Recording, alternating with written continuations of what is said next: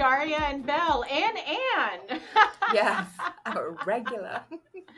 Our new series regular. No, Anna's our guest today, but she has listened to some episodes. She knows about the dancing. She took that bull by the horn. So I just needed to introduce her early, and we're not even gonna do the usual shtick. Welcome, Anne. Welcome to the show. Excited to have you. Oh, thank you. I'm excited to be here again. Again. our little inside joke. Yeah. To our listeners, we had a little bit of a snafu last week, so this is a take 2. Anne joined us, and we had some recording issues, but it was such a good episode that we knew we needed to do it again. So we're back. We're back in, and I think Toronto is very similar. Have you heard of the 12 seasons of New York or Toronto? No, yes. That's okay. I have. It's like second summer, hell summer, go back to sleep. Yes, you know exactly. that like. So yes. So last week when we recorded, it was Fool's Spring. Now it's second winter. Then there's going to be another spring. It's called the Spring of Deception. Third winter. Then the pollinating. Actual spring, summer. Hell's front porch. False fall, second summer, actual fall, winter.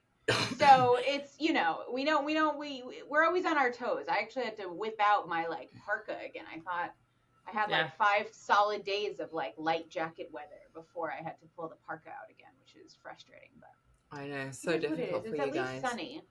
Yeah, I'm impressed that you were able to rattle off all of those seasons so easily. Well, I looked it up. Oh, never mind. Okay, I thought you were doing remember. I was like, wow. Can you also recite 100 numbers of pi? Like, this is amazing. I can't, but my ex-boyfriend in college could. He was like, let's memorize it together. I was like, I'm not. No, thank you. I went to a very nerdy college, and my ex-boyfriend was a physics major. And he was like, everything is physics. I'm like, I get it. Everything's physics, everything's math, and everything's chemistry or something. I can't do it. Everything's, I don't know, anything. All right, and then Belinda, it's just constantly summer. It's just every time it's like, Belinda's like, it's too hot in my house. It is too hot. It's always too hot and humid, but I must just say, I have an entire wardrobe because I love thrifting. And when I went back to South Africa, they have a huge thrift market there. And I paid about $500 for extra luggage to bring overcoats to Brazil. All I have, I had like 14 coats. And when I was packing, I was like, nope, I have to take them all. You're never going to use them. I'm like, no, you know when that's going to be perfect for? What's that going to be perfect for? November in Lisbon, baby. Perfect for November in Lisbon. And yes. Did you see our email? We sent you a referral link. So I wanted to wait until this again because I was like, oh shit. We bought our tickets, so we're now also going to be. Trudy and I are going to be in Lisbon too. Yes, that's very exciting. You can borrow one of Belinda's overcoats. Yeah. Perfect. Oh my gosh, I feel like we should just all pull in to the same. No, this is very, very exciting. That's great. Yeah. That's awesome. Okay, amazing. Yeah, amazing, so very amazing, excited. amazing. And I don't know if you, speaking of announcements about conferences and that kind of thing, or I guess we should say it's Web Summit in Lisbon. Web Summit in Lisbon in November. Yeah. But they just also sent out an email that they're having an event, a Shopify event for devs in June 25th. Oh, okay. Yeah. Where's that? In Toronto. So. In Toronto. I didn't get that email. I'll have to look for it. That's good. So, but it's not Unite, even though they did a Unite that was like dev focused. No, it's like I think it's called editions.dev. I think is the name of it. I'd have to look it up, but okay. Check your email. Yeah.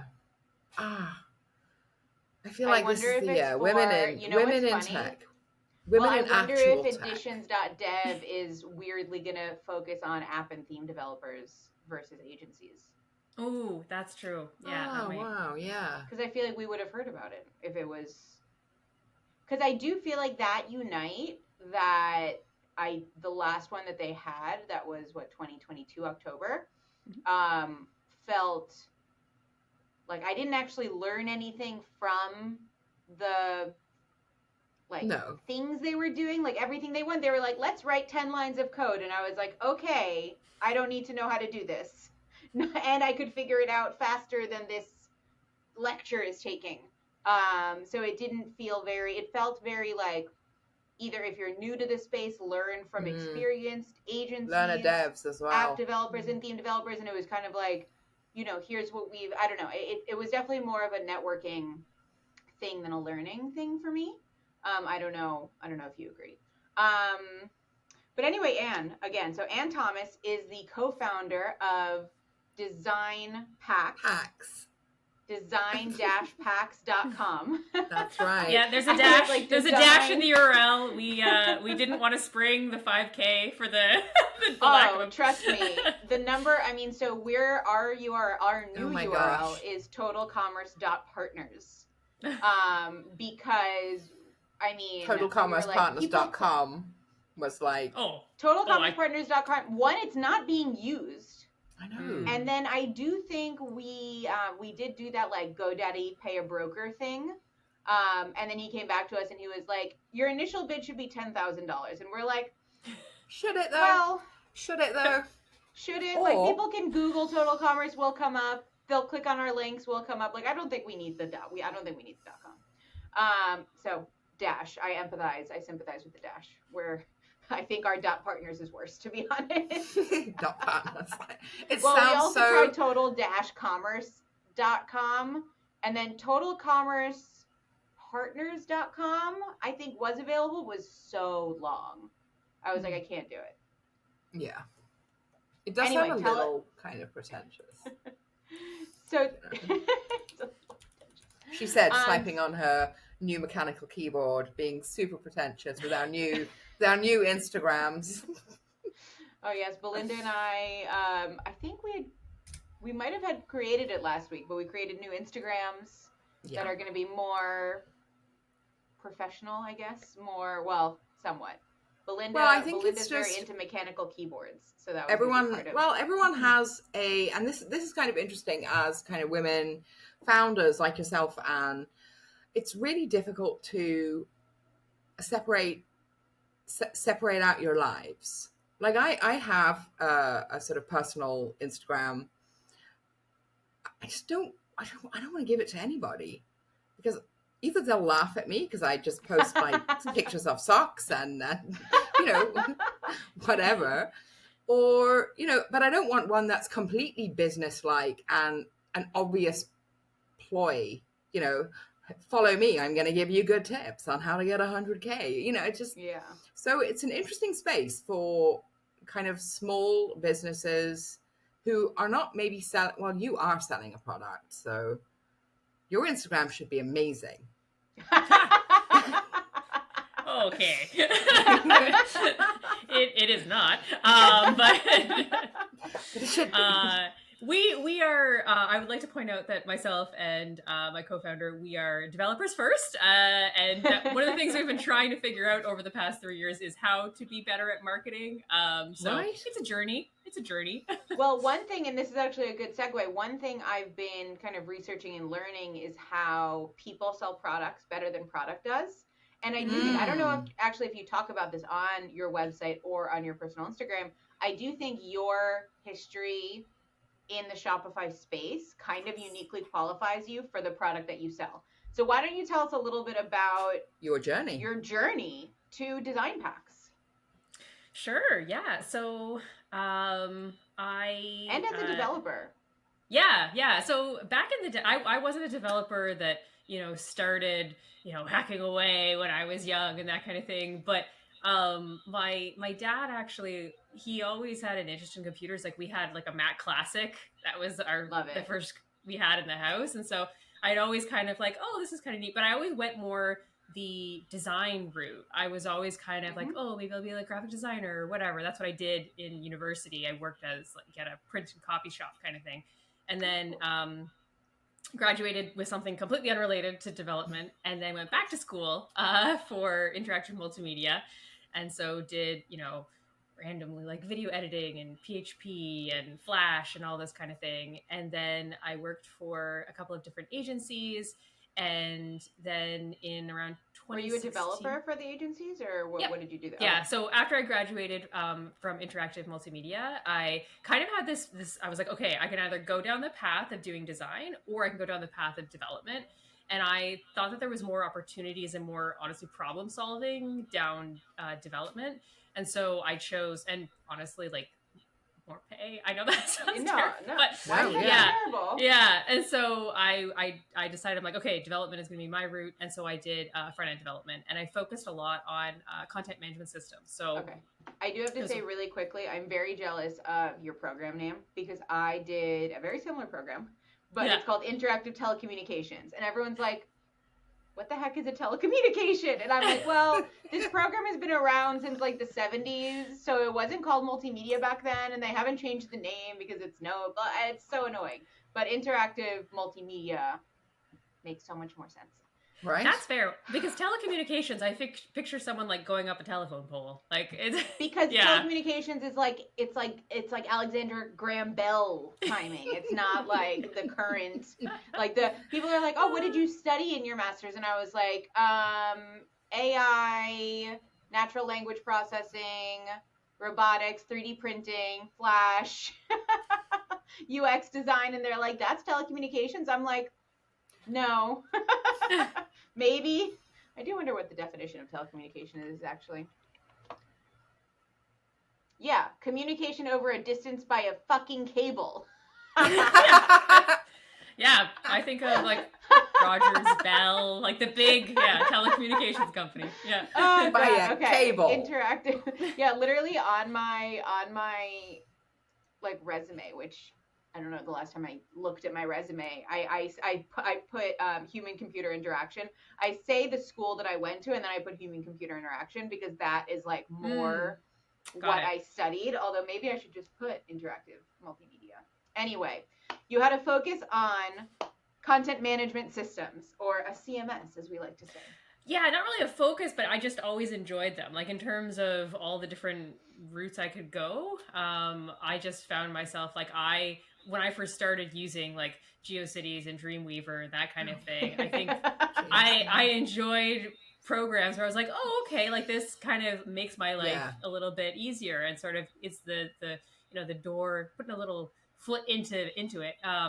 It makes your life easier, but it's also, I feel like, a more interesting problem as a front-end developer, because you have to develop for more variables, a lot more variables. Like that's what I find so interesting about Shopify. It's that, one, when we are developing something custom, we have to think about placement. We have to think about different content that could go in there and how that could affect. You have to think about the things that surround it. Whereas a straightforward, like if you are hard coding something, it's so much easier because it's literally just like, like just build it, and you don't have to, it's way faster. You don't have to really think about it, and you don't have to think about how people are going to use it later. So with design packs and theme development and all that, you have to do so much more of. We just had this. One of our clients actually brought in a UX designer who knew how to code. Knew how to code. No, beautiful designs, and was able to translate them and hard coded everything. Our developer was like, "What is this?" I was like, "It's a UX designer, and the page is actually converting very, very well. It's beautiful." And then suddenly they were like, "Could we change the text?" I was like, "I don't know. Can you?" They were like, "We can't find where it is." I'm like, "Oh, well, that's because it's in the code. You'll have to go and search for it." I was like, "So how's about we just build in those controls for you then?" Let's build it into the CMS. It's slower, but you will be able to use it again and again and again. Well, it's something that I feel like it's something we encountered a while ago, where so many of our clients were coming to us saying, our previous developer hard coded this. Like, can you fix it? Can you like redo and we still it? And like, do. We do still. Well, but then the other side of the coin is that we have people being like, "Why is this taking so long?" Or like, "Why is this code Correct. so high?" That's why it's like, well, because we have to build it right. And they're like, "I can hire someone in Hungary to do it for cheaper." And I'm like, "Okay, but they're not. They probably won't do it right. They are probably going to hard code it, and then you'll be good for a year or less, and then you'll anyway." Content management systems. Please continue. Them. Yeah, you can sense our frustration and the need for robust sections. Absolutely. Yeah. So so I was working for sort of government agencies and like regular agencies and that kind of thing, and then I was doing some contract work, and I was like, I kind of was interested in working remotely, and I built my first Shopify theme. And I was like, oh, this seems like a really interesting new thing that's coming up. And I had an inkling that it was going to be something big because in Toronto, I was very much in like the tech scene in Toronto kind of thing. Right. Okay. And I still remember when Jet Cooper, which was a design agency, got bought by Shopify. And it was this kind of like, oh, okay, interesting. Like, I don't even think I know about that. I don't know what Jet Cooper is. Yeah, if you look up who was running Jet Cooper at the time, I don't know if they're still there, but quite a few of like the high level people at Jet Cooper became those like really big names at Shopify and really like steered the trajectory of a lot of things that they did. So that was something that I was like, oh, that's interesting. And, also being a Canadian company, they're just over in Ottawa. So I was looking on a, work remotely site and found a posting for a developer job at Out of the Sandbox, which is like a premium theme company, and they sell themes. Yeah. And so that was back in 2016, and I was the third full-time employee hired, and Brad lived in Ottawa, so he's the guy who started Out of the Sandbox. And so from there, we grew to a team of 25. I was the technical director. I was there for almost 5 years. And it was great. Like, honestly, one of the best workplaces I've ever worked at. Amazing. Just honestly fantastic. I really also like Out of the Sandbox is, I feel like my first probably 5 years working with Shopify, I felt like I was working with Out of the Sandbox. I honestly wonder, I don't know who was managing your like communications with Oh, sure, yeah. Oh, I probably know who you talked to, Ashley. No, I don't. I wonder who I did talk to, but there was, Parallax was like the theme. Yeah. Like, I am pretty sure I could look at all of our early clients, and I think probably 80% of them were on Parallax. Well, it was just so. It was just so and this is where like we take for granted now when we install a new theme how many like variables it has and what it can do and what controls it can have. That was not the case back in the day. No. And Parallax was really one of the first ones that did give you really enough variance to create unique looking experiences. Not to mention the code was written beautifully. I know you were not involved in the code of Parallax. That was like Brad's baby. Yeah. But kudos, Brad. The code was beautiful. Yeah, we loved it. It allowed us to expand on it. It was great. And then you guys did something super unique, and you released themes that were not in the theme store. You released Turbo, and you released Flex. Yeah. And that was at a time, if I recall, because Shopify kind of closed the theme store for a while. Do you know at all, or were you involved at all in, like, trying to get that into the theme store, those conversations with Shopify? Like, what did they kind of say to a veteran, theme agency, and was just like, sorry, no? Yeah, so Turbo, we actually did try to get into the theme store, but at the time there was a really high level of curation, and they had very specific ideas on what they wanted the themes to, how to differentiate themselves. And Turbo at the time, performance alone was not enough for them to say, oh, it differentiates from the other themes. It had to have a design direction that was significantly different. So interestingly enough, we released Turbo off the theme store, just selling it on our site. But at the same time, we actually released another theme, Artisan, on the theme store. So because I remember Artisan. We actually used that for one of our first solo e-commerce site. on Shopify.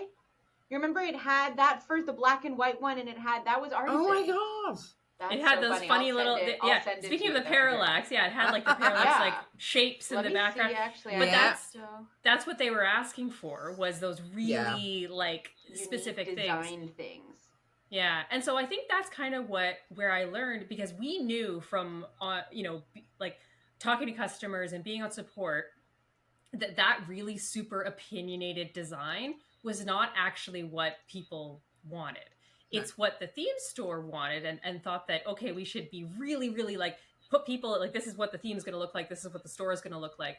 But what we learned from Turbo and Flex is that actually people do want that flexibility and to be able to create things with their own settings and have that control. And so that's kind of where design packs grew out of that idea. Because when we first started, it was like we had very opinionated sections, and we gave up on that very quickly. I'm just showing you. This was our site probably 5 years ago. Maybe it was kind of the first site that we did on as like the e-commerce department on its own, and this is on Artisan. And I remember I liked it because it had kind of this like line thing. I remember that animation. Yeah. Yeah, I remember that. This is a blast from the past. Yeah. Seriously, I mean, I don't remember. Yeah, there wasn't much here. I'm really like dating us here. Again, this was our like first. Well, we took this decision to say we are Shopify. We are expert Shopify developers, and you're seriously telling me we're going to build our website on WordPress?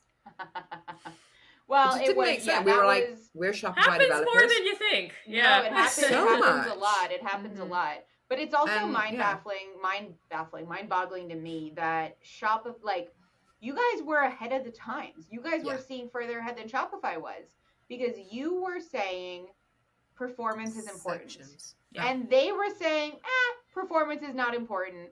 And then basically they got shit on, more or less, because like it was so hard to have, but it's still pretty hard to have better than like a D, but we have some sites with like a C or a B and a couple with an A rating. But it was really, at the time, it was nearly impossible to have over a D rating with a Shopify store. And people would come to us and they would say, we really want to improve our site speed. And I'm like, okay, get rid of all your apps, get rid of all your photos, turn your site into Craigslist. That's the only way to be on Shopify and have a good rating, because all of the themes and the site architecture and everything was just so bulky. Yeah, well, back in the day, almost every single theme was using jQuery as well, right? And so what would end up happening is, because a lot of the code that you would use, like option selection and that kind of thing, was also using jQuery. So you kind of just part and parcel. But what would end up happening is someone would install, like the 50 different apps, not that many, but even 15. Oh, no, we've seen, yeah. And what would happen is you would also then be loading different versions of jQuery. Correct. If they had specified different ones. So you could have a site that was loading 4 different versions of jQuery. So when they rolled out the saying that everyone had to switch over from jQuery to Vanilla.js, what lovely. Such a good decision. I mean, they did. I think that, Online Store 2.0 was really their first like foot in the ground, being like, okay, performance is now important. They rolled out the kind of web vitals on the theme, comparing them. I'm still questionable about that data, because I run my own like performance reviews, and I'm like, I don't know where Shopify, like, I don't know where this is coming from, because I'm seeing that it's better. Like, didn't we just look at a site in Microsoft Clarity that has a 91, and then I ran it through Shopify and it said like 67 or 71. I'm like, what are they doing? They're aggregating it. I mean, there are some pages that perform better than others, and there are some reasons. And I always remember us saying to people, they were like, oh, I've got like 30% on my, Lighthouse speed. And I'm like, compared to what? Because this is not comparing your site to all other e-commerce sites. Oh, well, it's comparing, you're being compared to all other websites. Well, there are differences in e-commerce. It's just not apples and apples. That always frustrated me when people would quote, I think Google did some big study about every like millisecond better that your site performs increases conversion by 25%. I'm making up those specific numbers, but that was a big study that everybody quoted. And I think that's what Belinda was getting to also, that people would quote that, and for some reason people read that as like your e-commerce conversion rate would increase by that much. And it's like, no, like these milliseconds, yes, site performance is important. I 100% agree that site performance is important. But there is a difference between like someone is on your site, they're looking at a product, they've already expressed some sort of interest in buying what you are selling. Whether they searched for it, whether they heard about it from a friend, or whether they saw an ad, there was something that they liked. So they are already more likely to kind of stay and stick it out and wait a little bit, unless something seems broken. If something seems broken, that's kind of when they're gonna leave. But these milliseconds, it's a completely different site than like reading an article or doing whatever else we do on the interwebs. Yeah. All right. Oh, sorry. I was going to say, I always say that, so when I left out of the sandbox, I started doing consulting, like audits for people, for stores. And I teamed up with two other people. One person focused on SEO, one person focused on marketing. And I did the technical audit, essentially. I love that. And yeah, it was great. It was called Shop Critique. But what I found is that there's so many things for a merchant to focus on. And really you can pull all these different levers in different ways. And I agree with you that some people think like, I'm going to pull the performance lever all the way and it's going to make all the difference. But depending on if that's like maybe the only issue with your store, yeah, that will make a difference. But if you don't even have like proper product descriptions, maybe that would make a bigger difference in the short term. So that was always interesting with running these audits, is, finding these small stores that became so focused on site speed. And it's like, well, there's so many other things you can do and tweak at the same time. But I do agree that it's very important. Well, and that's also too, like I went to a Shop Talk New York coffee meetup, something or other in Soho this week. And there were a bunch of like really small brands there, like a couple of brand new, been in business under 6 months brands. And I just had a blast going over the basics with them. Like one of them basically had like a 3-page site. She had a product page, a home page, and like an FAQ.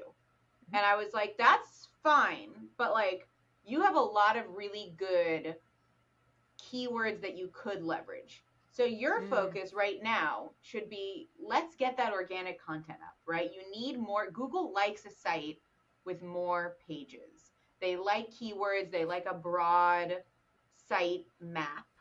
And again, this was like superfood related product. So I was like, there's a lot of ingredients you can touch that are very highly searched, and you could maybe show up when people are looking for things. The other one basically didn't talk about product benefits. Like there was basically no UVP or USP on the website. And I was like, okay, well, like, why should I buy this product just because, you need to convince me a little bit. So it was so fun from a UX perspective, and from an SEO perspective, being able to do that. So one, I'm jealous of your audit business. Well, it doesn't exist anymore, but it... No, I know, but that's like probably what I find most enjoyable. One of the things I find most enjoyable about Betty. That's why we do our site takedowns, right? We try and do them once in a while, where we kind of go and we actually take down, like, oh my God, if we opened ourselves up to take down like new small sites, like we take down big sites, right? We did Rent the Runway, we did Zara, like we're taking down pretty big sites just to kind of be interested in what, they could be doing better. But anyway, let's get to design packs. We have to talk about design now packs. we're just heading into, chronologically, dear listeners, we're at the part of Game of Thrones where 2.0 sections. No. Design packs is before that. 2.0. Design packs came out before then. Design packs. Take it away, Anne. And I've been looking at it this week. I'm in love. All right. No, we have to. Yay. Yeah. No, it's amazing. So I was at Out of the Sandbox. I was there for a long time. We had released all these themes, and we were acquired. And so I kind of was like, all right, this is the time for me to go out, and 2020 was the great resignation. So I was like, great time. So then I did Shop Critique, doing the audits, and then I had always kind of had this idea. I was like, oh, we often found people wanting to do the mix and the match of different sections from each themes. And so I was like, well, there's lots of ways I could go about doing that. Like just, sell the code snippets to people and be like, here you go. Here's how you install it. But I was like, wouldn't it be really neat if it was an app, like really a section delivery tool? And so this not is before Sections Everywhere, right? So yeah, this was before Sections Everywhere. Mm-hmm. Again, to kind of set the stage for our listeners, this was the time when, oh my goodness, every time you wanted a section, I can't even talk about it. It's like PTSD. It was like if you needed a different template, you had to create a whole new template, and then but even that you couldn't have additional sections on that template. You had to hard code them to the actual main liquid file. The only JSON was for the home page. It was very bad. Do you remember just struggling and being like, will we ever be able to have anything else on the product page at all? Ever. Because the way dreaming of a future. The way that a lot of themes got around it was just by having a ton of blocks. Oh, yeah. And that's why we have... So there's actually a limit of 25 sections on a page, but there's actually... You can have up to 50 blocks within a section. And it's for that reason, kind of technical debt. Oh, wow. Yeah. That's interesting. All right, so you built an app that and how did this app, however you want to explain it, how did it actually integrate with the theme, and how did it actually add sections to pages?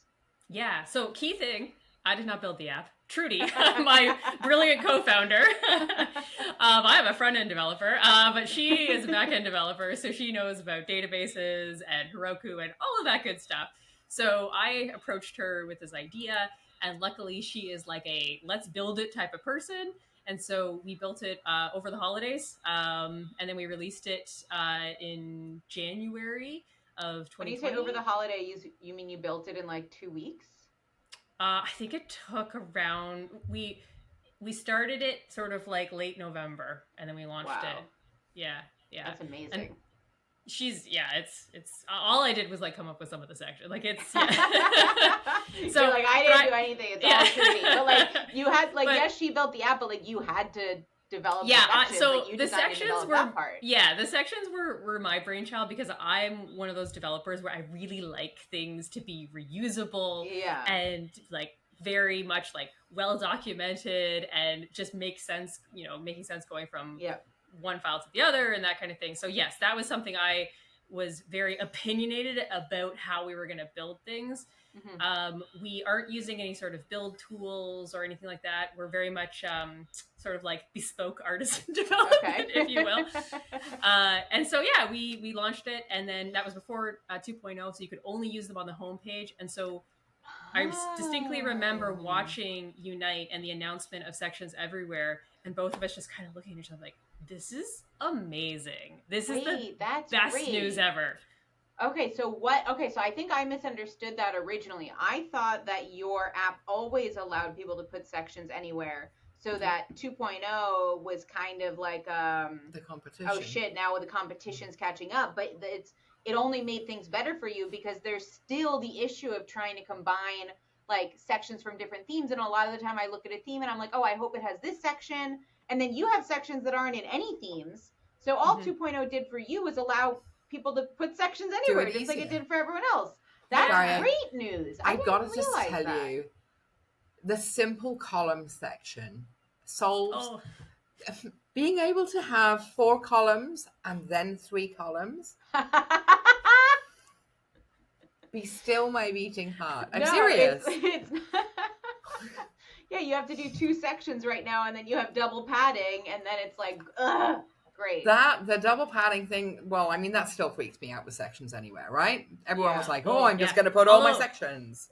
Ours, we make sure that it does not take on any of the padding that comes from the theme. We make sure to, because it's a big, that is one of the big issues on 2.0 for me, padding. Yeah. It's just, everything's double, triple padded. Yeah, it's funny, because even the sections in themes that give you a padding option, they only give you a positive padding option, and there's some padding in there always, and it's well, but I need less padding, not more padding.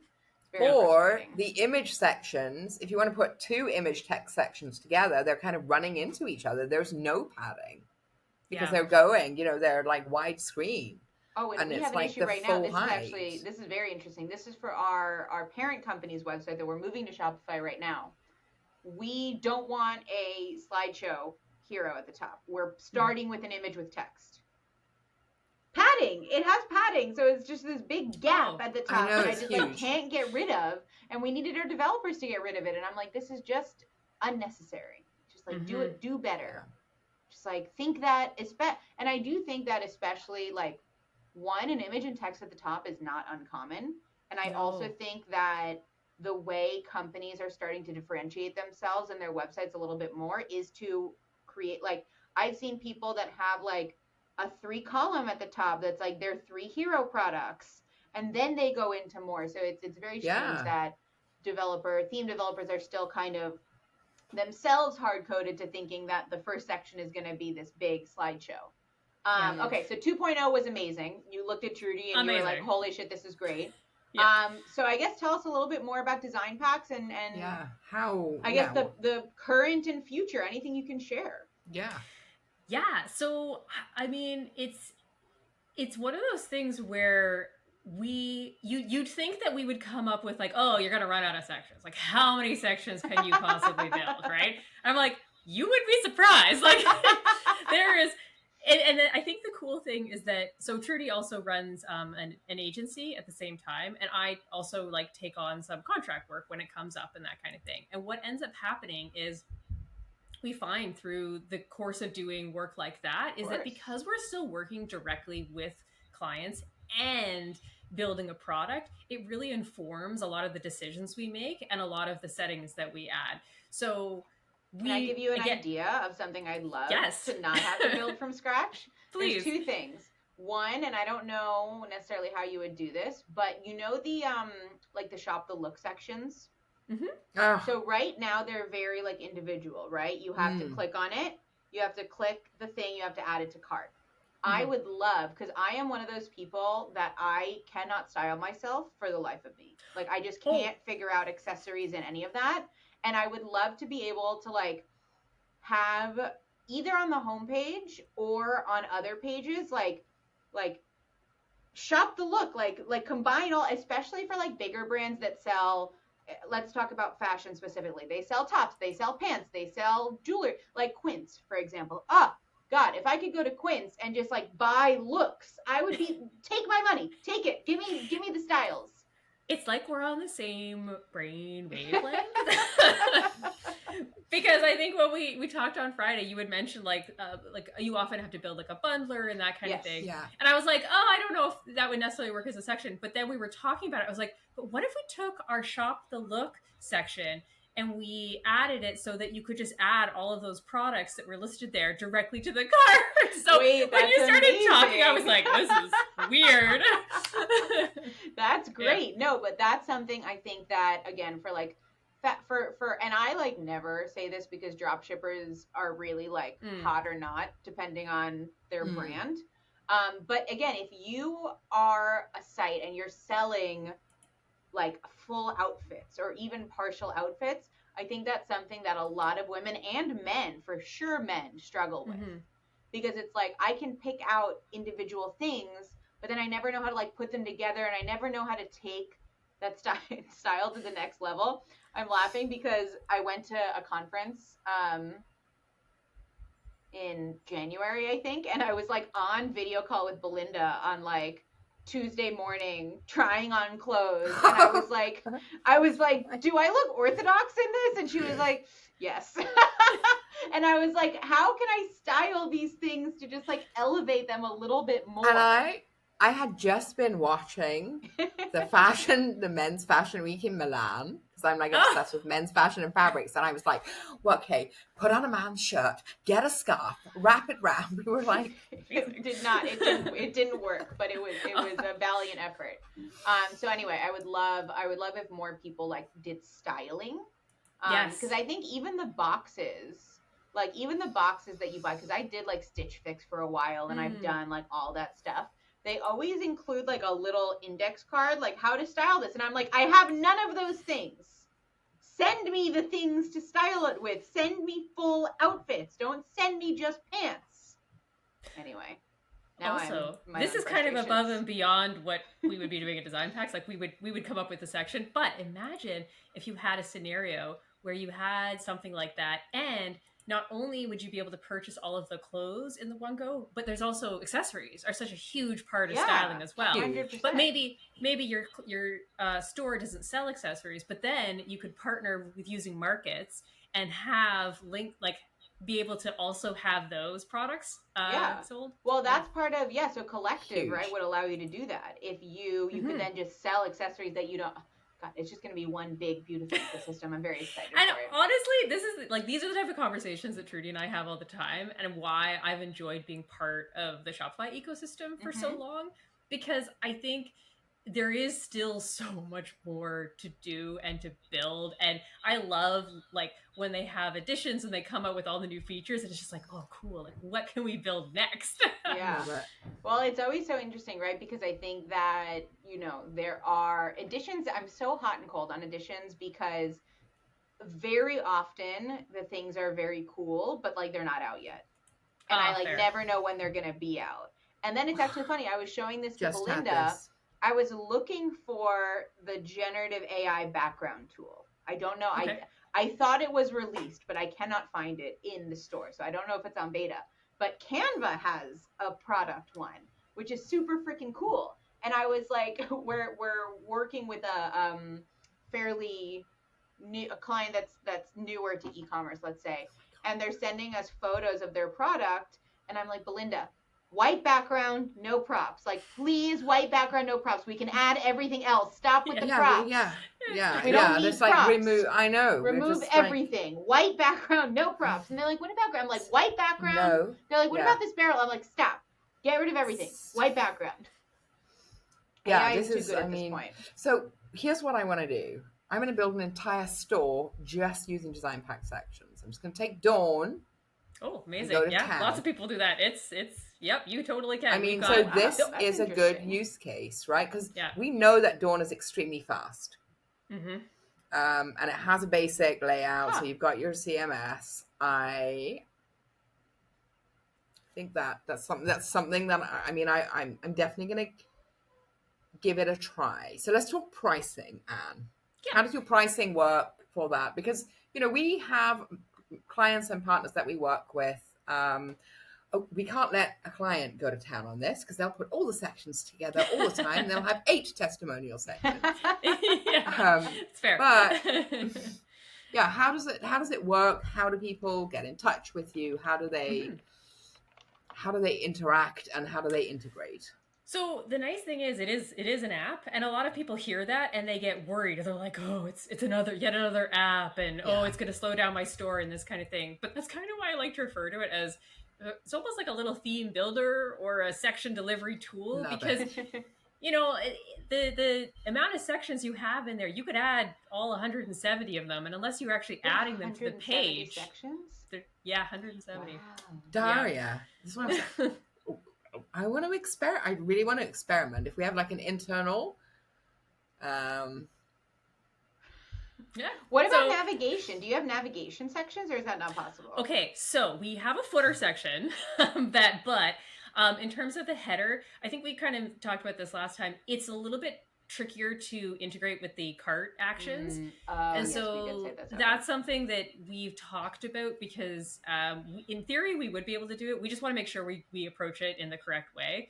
And I mean, I've built out a bunch of different mega menu options and that kind of thing for different themes. It's not the technical limitations that are the issue. It's more making sure that we build it correct and also having good UX and that kind of stuff. But and I think because that's I think even right now we're always working on our site, right? We're always trying to change and make it better, A/B tested, etc. And right now I'm very frustrated with its navigation. And I'm okay, I guess I can redesign this on the Star Developer and fix it. But I'll give you an example. We have a mega menu. It is 3 columns, but the columns are left aligned. And I'm like, wait, but I want the columns to be centered. And I can't do that without coding it. So it's like little things like that where I would be interested in. And that's probably, I would say, probably the number one thing that we end up customizing is the header or the nav. Because very often people will like, and it's not even that, it's like we'll pick a theme thinking the nav is going to be great, but once you add the client's content, you're like, oh, this is not as good as it looked in the theme store. Yeah, a lot of them can be very opinionated. I totally agree. Yeah, we'll try to move it up the list of things to do. But in terms of pricing, so if you're on sort of a month-to-month basis, then it's $24.99 a month. If you go to the annual plan, it drops down quite significantly. It's under $17.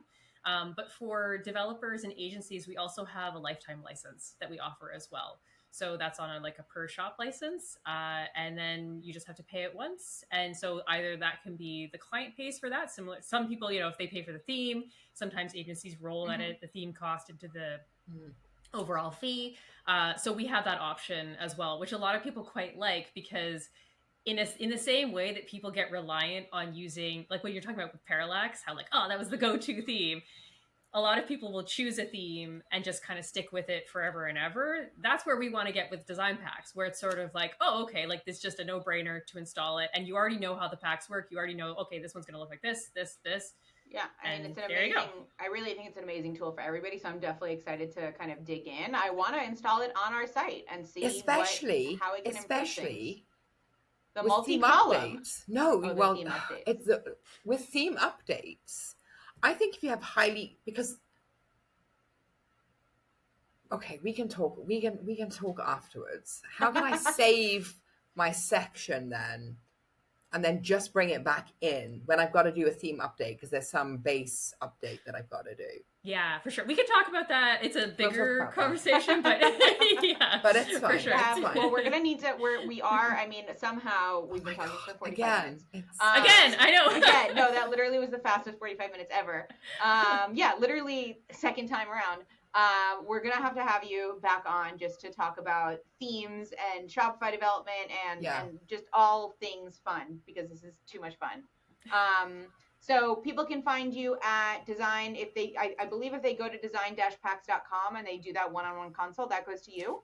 Yeah, I'm the person that does all of our demo calls. I mean, I don't know if I should say, but honestly, it's myself and Trudy, we answer all the support tickets. We send out CSS snippets. We have live chat support. That's one of the things we really pride ourselves on, is really high customer service, because we just love it. We want people to have the site that they want. So that's awesome. Yeah, I agree with that. So Anne, thank you so much for joining us, and we'll definitely talk to you before then. And let me know if you're in New York. But if not, I'll see you in Lisbon. Amazing! I know. I'm so excited.